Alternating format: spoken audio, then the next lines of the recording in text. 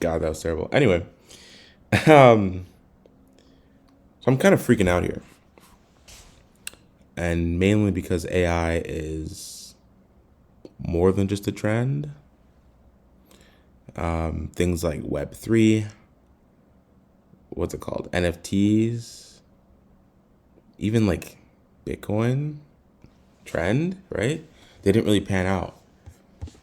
And now AI, as you can see, Chat GPT is open on my laptop, seems to be readily available just here.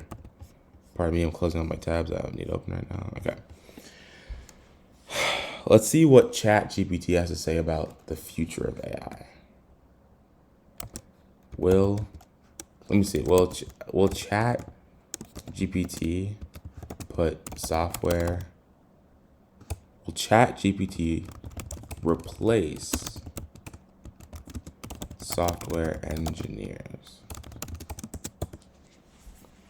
It's unlikely that ChatGPT or any other language model or AI system will completely replace software engineers in the near future. While language models and other AI systems are capable of completing certain tasks and can be a useful tool for software developers, they don't have the same level of flexibility and problem solving ability as human software engineers. Software engineering involves a wide range of activities, including designing, building, testing, maintaining software systems, and these tasks can require a combination of technical expertise, creativity, and critical thinking skills that are difficult and necessary to replicate. Okay. Additionally, software engineering involves work with teams of people and requires strong communication and collaboration.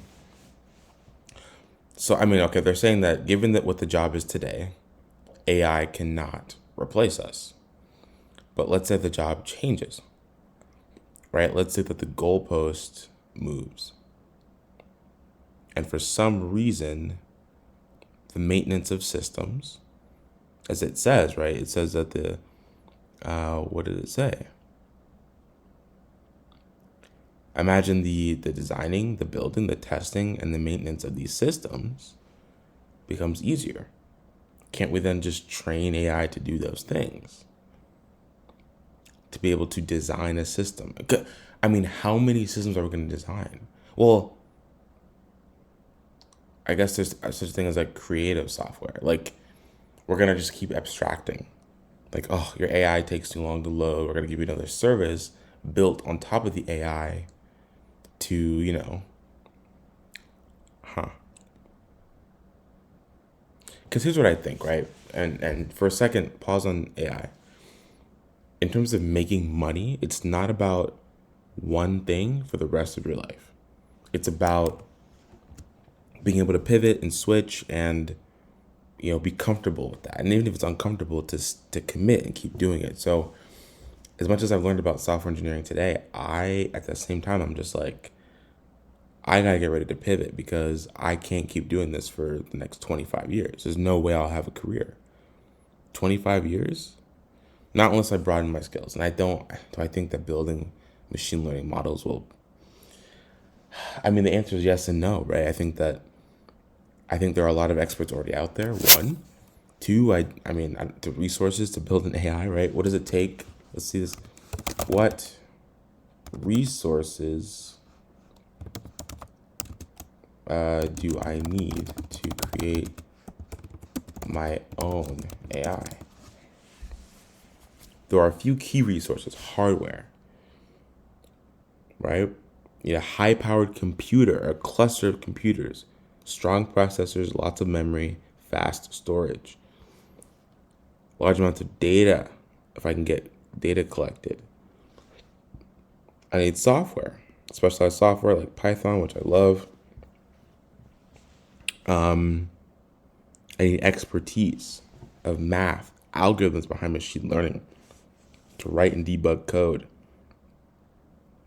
Time is a time-consuming process, as it often involves iterating on your model, fine-tuning its parameters, and testing it on different data sets.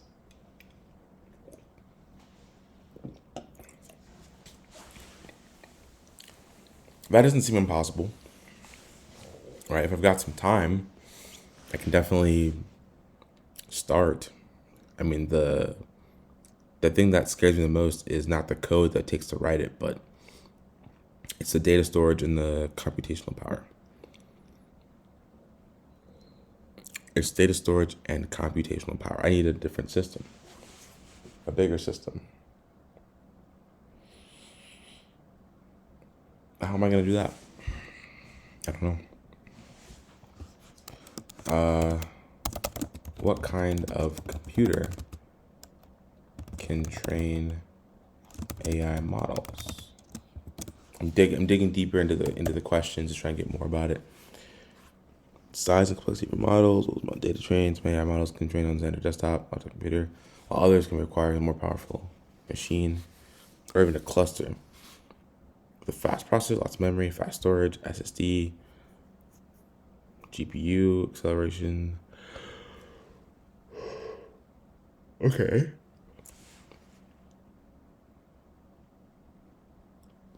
So I don't really need. Okay, damn it. So it depends on how big the project is. So, okay, if I decide. Okay, let's see.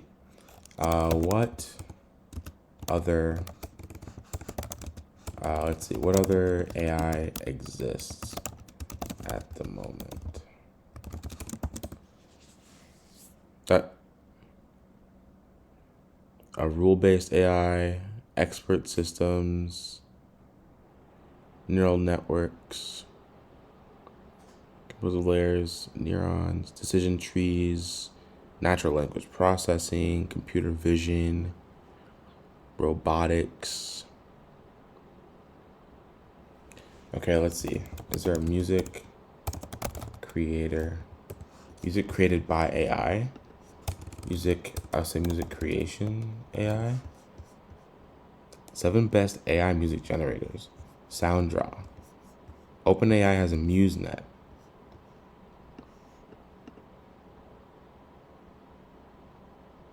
What?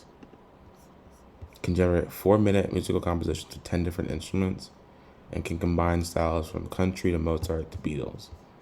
Was not programmed with our understanding of music, but instead discovered patterns from harmony, rhythm, and style by learning to predict the next token in hundreds of thousands of MIDI files. MuseNet uses the same general purpose unsupervised technology as GP2. Unsupervised technology. A large-scale transformer model trained to predict the next token in a sequence, whether audio or text. And it puts it on SoundCloud. That's hilarious.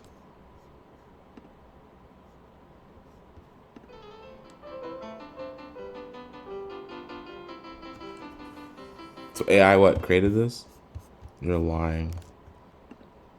Let's see what this sounds like, too.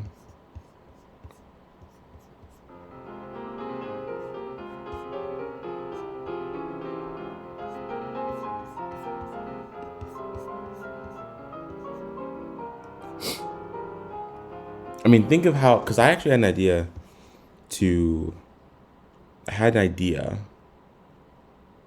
create an AI that could generate music mixes. The same way a DJ would bring music together, new music that gets released, and it would put together a mix, 30 minutes or an hour. They mix, in BPM, in key. They hold the genre together. Could you tell? So let's say we're not going to generate music. Let's say we're going to create mixes of music. Would DJing go away? Because I just learned how to properly mix a song I have my own DJ board. But if I could train an AI to be able to understand how to mix music, you think it's possible to do that? Because we're generating song, but we're more so mixing music.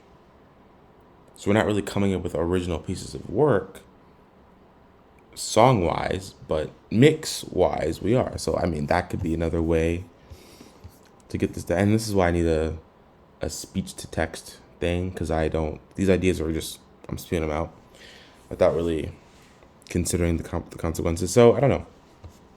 I'll keep talking and just see what sticks. I'll watch this video back later to see what happens. But it says, MuseNet knows different styles. We can blend generations in novel ways. Using transformers, we recommend checking out maybe those pianos. But is asked to generate a piece in pop style with drums. Bon Jovi.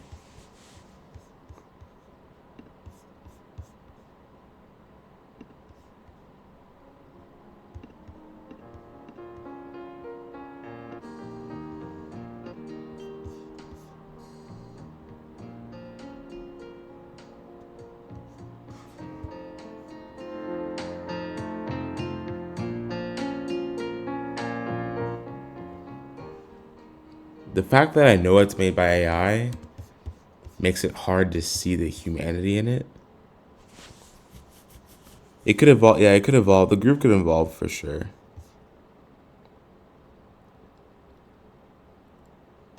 Um. Okay. Okay. So this is where we're at with MuseNet. There's a sound draw, create music, pop, dark, angry, and it's categorized by an emotion. Okay.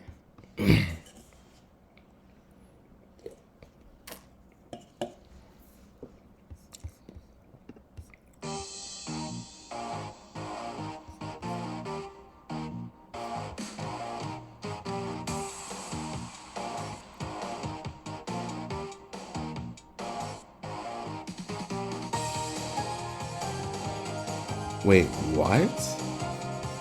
They have techno.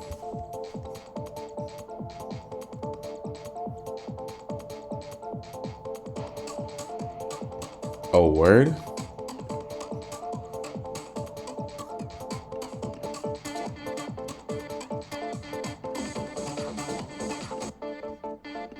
I can tell what kind of song to play. Okay. So wait. What the hell is sound draw? What exactly is this? AI generated for you. Created unlimited music. Choose a mood and genre and the length. Make an outro shorter or change the position of the chorus. Change the song to your video, not the other way around. Okay.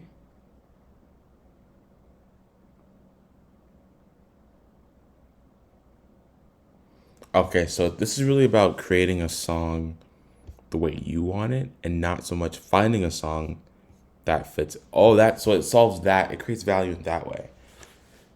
Okay. Okay. Interesting. So how could we create value? Well, I know nothing about AI, right?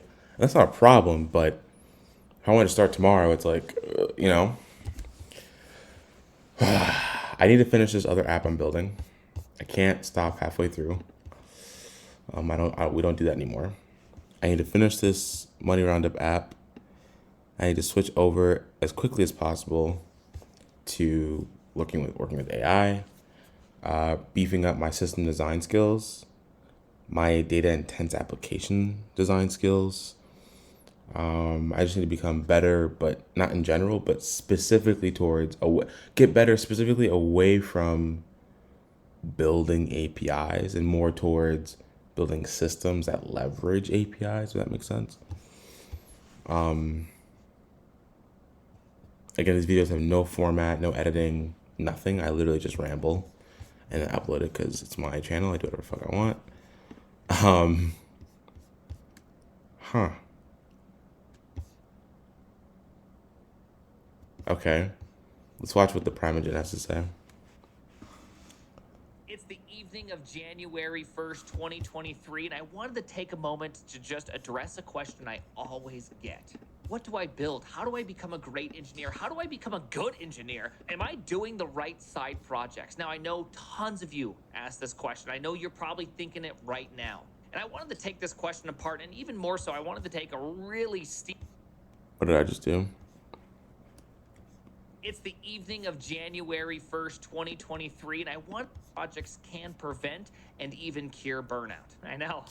That's a little spicy. I can guarantee you right now there's people already typing out a comment. You don't even know the situation. They're already upset, okay? They're already angry. But just give me You one don't even know minute the and I'll explain situation. my reasoning. First, let me address just how I choose to build something, because I think this is really important. I choose what I want to build based off 3 items. 1, I want to pick something that at its core makes me excited. It's something I don't understand. It's something that drives my curiosity. When I look at it, I'm What? like, wow, what is that all about? Or it can just simply be a challenge. Right now I'm building Vim Royale, the greatest battle royale ever created, and it's all in Rust from the front end to the back because I'm curious about Wasm. I'm curious about, can Rust be full stack? And so of course I'm gonna drive that curiosity. I'm gonna do it because it makes me excited. Which leads me to number 2.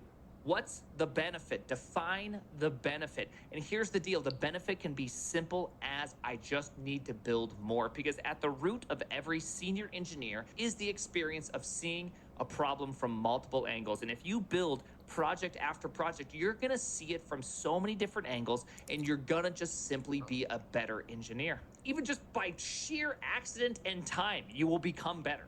And lastly, the third one, which I think is very, very important, it should be different from your day job. Too many people invest their side time into doing things for their day job, and I do think that this drives or leads to extra burnout. You're just Word. constantly trying to build and innovate What I'm building in right an now with the environment money that maybe roundup, doesn't that, allow or I really mean, Python, flourish yes, with React, innovation. yes. And I know it But I'm makes your using a life different better, but at the API. I'm same time, using, I'm typing everything the way I want. I'm also, yeah, how is this different? I don't know how it's different. I do want to take a step back though. I built quite a few things, and I do want to take a step back and kind of analyze where I am with the back end. I think the front end is kind of just getting data to the front end just to see that things are coming back properly. And I think I already have a bug with the accounts, but I do want to go to the back end and just make sure that I run tests, use the GitHub workflow to do that. The CI/CD pipeline is, I say CI/CD. What I mean is the testing, automated testing is important. You don't want to be relying on human tests for your code. Not because we don't need humans, but because humans are error prone and it's hard to correct a human sometimes. it can really be just a soul suck. I think if you do those 3 things, you're going to be able to define the project that's good for you. But another thing I always see is that people just ask for permission. Should I learn Go? Is Go good enough? Should I learn Rust? Is you? So listen to that person. Because I can tell you one thing, that if you build something that just makes you excited, that brings you as a grouchy person, because that's just how it works. Focus on the joy, the creativity, the passion of programming will not only make you a senior engineer faster, but it's going to help prevent or Dude. remove burnout that you may be experiencing. I know, this is the hot take part. I told you it'd only take me a minute to get here, because often I hear the answer to burnout is less programming. Take a break, take a month break. Take a month off, do less. I think it's just do different. Like, for example, right? I'll talk about this because it's personal, but in this channel is archives, right? I don't give a fuck what goes into the video. I just need to record it. I just need to document. And I keep documenting from this same spot, right? This light, stupid apartment, but the point is I'm just documenting where it's comfortable right now. If I could get a phone out in public, not if, I guess the real thing is when I start getting a phone out in public, I start recording that. I mean, we'll see how that goes, but the truth is, just do it. Do a sabbatical, do something different. Go be a gardener. Every programmer thinks they're a farmer until they do farming for one day and they're like, that. There's a spider. Okay, hey. And I do understand that sometimes a break from programming is the answer, but I think it is the exception. It is not the rule. I think what leads people to burnout is just the fact they've been grinding things they don't like. You lost the Burnout is about grinding things you don't like. You don't like doing this, but you have to keep doing it, and you've been doing it for months, if not years. And the last thing you want to do is to continue doing it. The entire reason why programming went from a hobby to a full-time career, the reason why you spent 9 months, 2 years being paid nothing to finally get a job, you lost whatever that was, and now you're getting paid Now you're getting a salary that makes you happy, and you're doing something that's killing yourself. And so, of course, you just feel terrible. It bleeds everywhere. Find that joy To be again. honest, short term, I do need a higher paycheck. And when I say short term, I mean like in the next like month. Like by the end of the month, I need to be lined up with another job. Because if I wait too long, I won't have enough money to propose. I won't have enough money to sustain the life that I've built. Yes, I can get my bills paid now, but life will only get more expensive, and I'm only gonna want to be more lateral and be able to make decisions and take risks. I can't take risk if I'm, teething from a not teething. What's the crude term for? Yeah, if I'm sucking at the teat of Wells Fargo, how can I make lateral moves that benefit me only, benefit my girlfriend, who I want to make my wife? So back to AI. I'm asking ChatGPT, will AI replace engineers? It says no.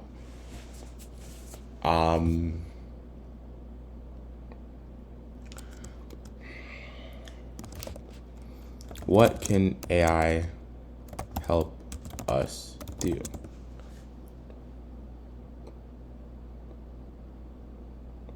Automate repetitive tasks, analyze and interpret data. It can analyze data and give you analysis about it, like a data analyst. Assisting with decision making, improving customer service, enhancing image and video analysis, improving healthcare.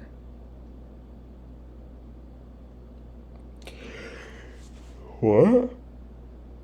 Enhancing manufacturing, improving transportation. How does it know all this? I want to know what it's pulling from. Because is this pulling from a data set, or is this pulling from the internet? Like, is it actually doing a web search? I doubt that it is. I mean, imagine doing a web search at that scale, giving an answer back at this speed. Like, to interpret a question and then be able to, cache part of the response. That, I don't know. A system would be hard to design for sure. What do I really want to learn about?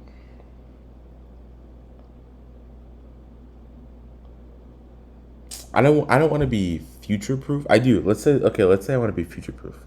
As an engineer, I want to be future proof. I would stay up to date on what's currently happening. I would say you don't have to be an expert to get a job at something. You have to be prepared to have the conversation. That's basically it. And I think that for the first time in a long time, I'm really considering if I want to keep going the back end, like Python route. I'm considering like machine learning, AI. I'm considering like data for sure, big data. But the question is, where do you go after that? Maybe you don't have to know right now, but all I know right now is that in order to excel, I need to call on the habits of an engineer who wants to be better. And yes, I want a bigger paycheck to come with it. But I have this stupid phlegm thing. For the last 6 months, I don't know if it's because of Minnesota or whatever, but I just exist with phlegm in my throat. My throat always needs to be cleared. No amount of water that I drink clears it out. And it just gets, I don't know if it's dry or... As I sip alcohol, it's like, what the fuck are you doing? But it's like, I don't get it. See? It's just nasty. Some people would say like hack it up and spit it out, but I don't do that kind of thing, so I'll just keep clearing my throat. Anyway, what's the question we mean to answer here? The question we mean to answer is, how can I make myself valuable until I no longer need to be valuable to a company? That's the ultimate question. The question is, what will I work on for the rest of my life? No. I already anticipate getting away from the 9 to 5 job as soon as possible. But I need to make okay. So in the short term, to make a lot of cash, we need to get good at engineering. Period. And I say get good, I mean we study. Well, let's ask ChatGPT, right? How can I improve as a software engineer in 2023? There are many ways you can improve as a software engineer. Latest technology, bleeding edge, cutting edge. Focus on developing strong problem solving skills. Practice. Practice hands on experiences, building projects, solving problems, seek out opportunities to work with others. Keep on learning.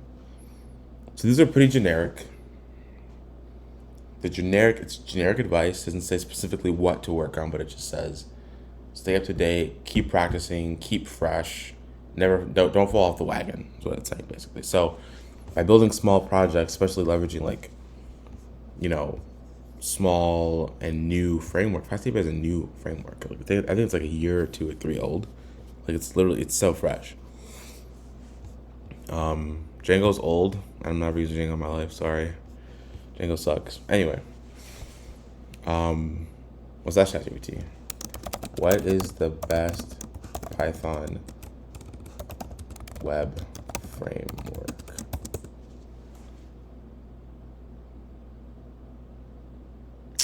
Man.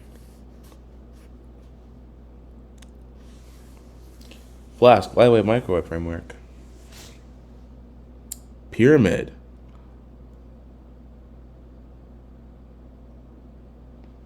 What the hell is Pyramid?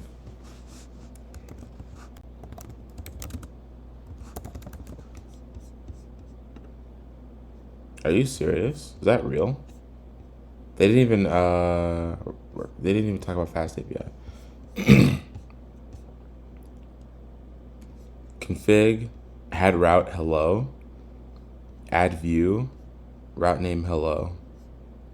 Are you serious?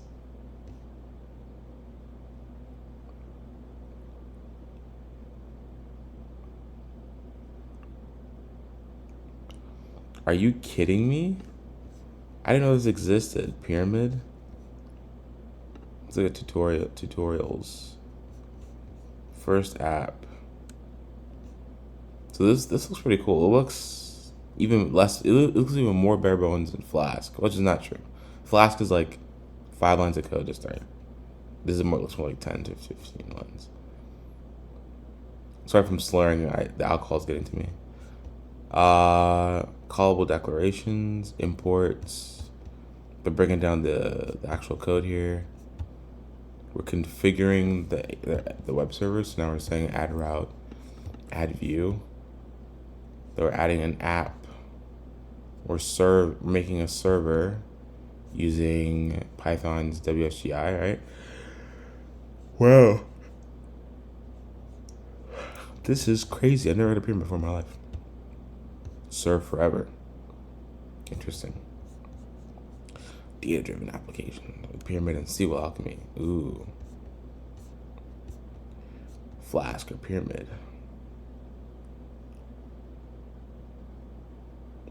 It's insane. Okay. I think to make ourselves not future-proof, but to make the most amount of money in the short term, we need to become full stack. We need to practice full stack development. And that means everything from designing the system to getting the resources put together to actually building the system to deploying the system and then monitoring it and tweaking it with bugs. I think that is, and creating a pipeline for all that to be done seamlessly and correctly. I still haven't learned Alembic, like, at all, and how to use migrations with Alembic. Yeah, that's important. Ready. Wait, what is this? This is build. Okay, this is talkpython.fm. Huh.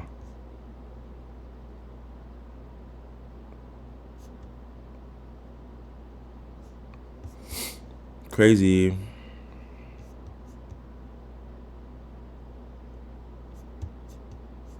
Crazy, crazy, crazy. Okay. Um, I think data is everything.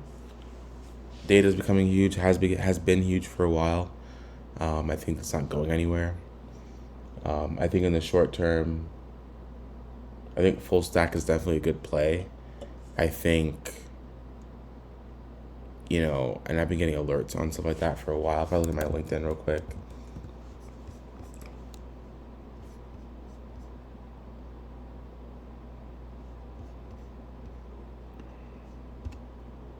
what? Cardinality joins. How many bucket joins?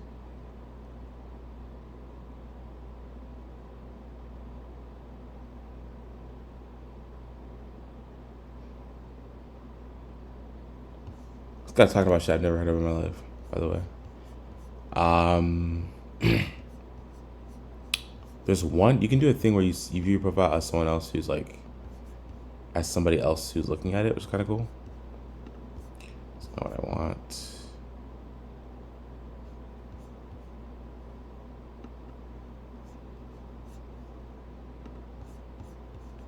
Just gonna confirm that for myself. Python developer is so generic though. There's a way to like view.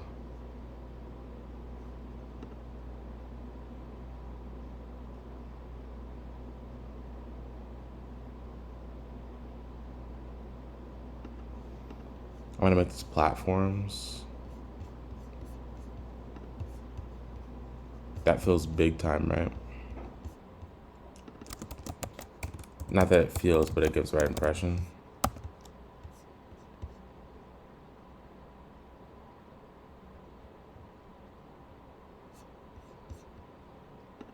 Okay, anyway. Not super important how to do that.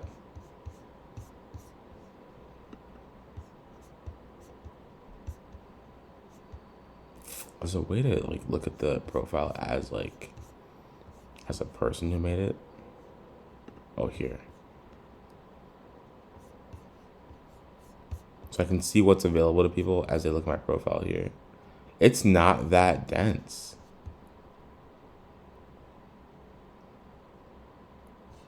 Interesting. I synthesized what I did at these jobs, which I guess this actually feels more generic and feels less specific.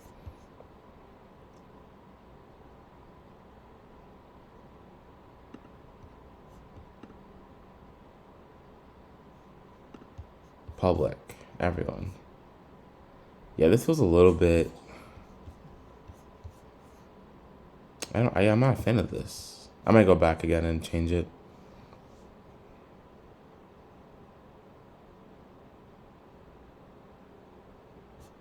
I don't know. I'm not a fan of this. It feels generic. It feels like I didn't put much effort into it, which is crazy because this is my rebrand. It's terrible. But we can fix it tomorrow, right? I say tomorrow. It's 12 o'clock. I go to bed. I have work in the morning. So the plan right now is to focus on being better engineering for sure. I think the better I am engineering now, not now, but the more I focus on improving now, the easier it'll be to improve and pivot when I need to. Right? I'm unattached to engineering because I can do many things, but I want to be an expert. I feel like expertise is number one, hard to find. And two, in a world that's rapidly changing, what are you really an expert in? Things that I guess stick around, I don't know. Will AI replace us? Yes. It'll replace the low-level engineers. The guys who don't really know what they're doing will be replaced by the guys who know what they're doing and they can do a lot. So if your output is a lot, you're going to do more and be more valuable for the company.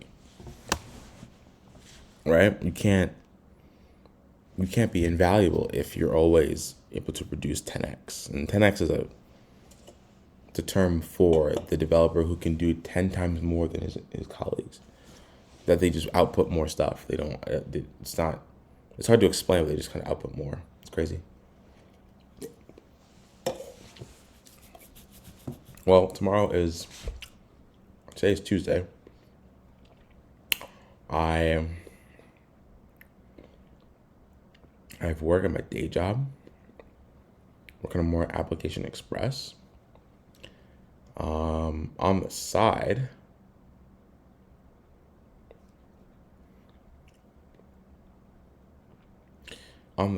I need to continue to study, take calls, work on some stuff.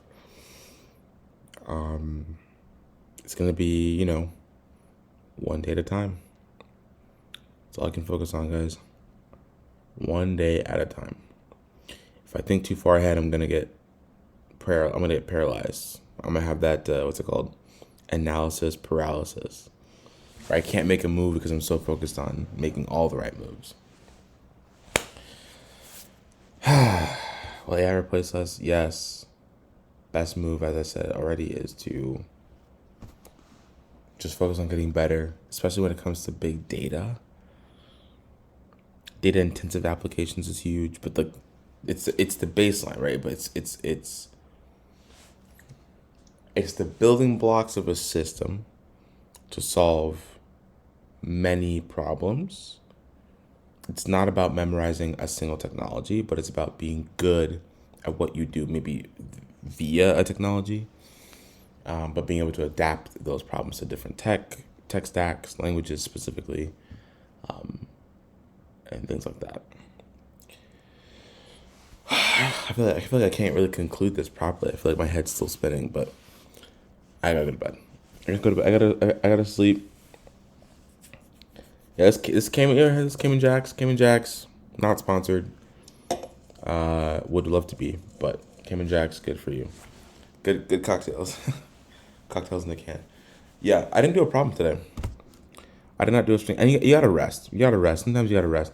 One thing I learned this weekend is you need to rest. If you don't rest yourself and rest your body, you will become burnt out, stuck, feeling away, and you will have no energy to do anything. No energy to do anything. I feel like I'm mumbling a lot. Moving some money around. Okay. Come to sleep.